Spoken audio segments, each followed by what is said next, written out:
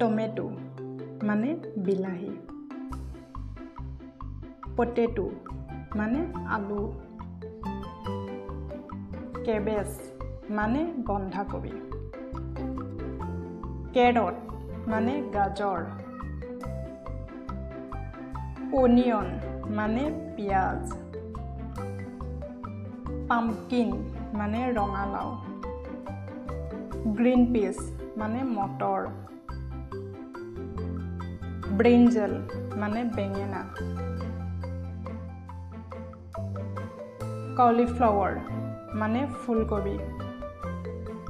bitter gourd মানে তিতাকেৰেলা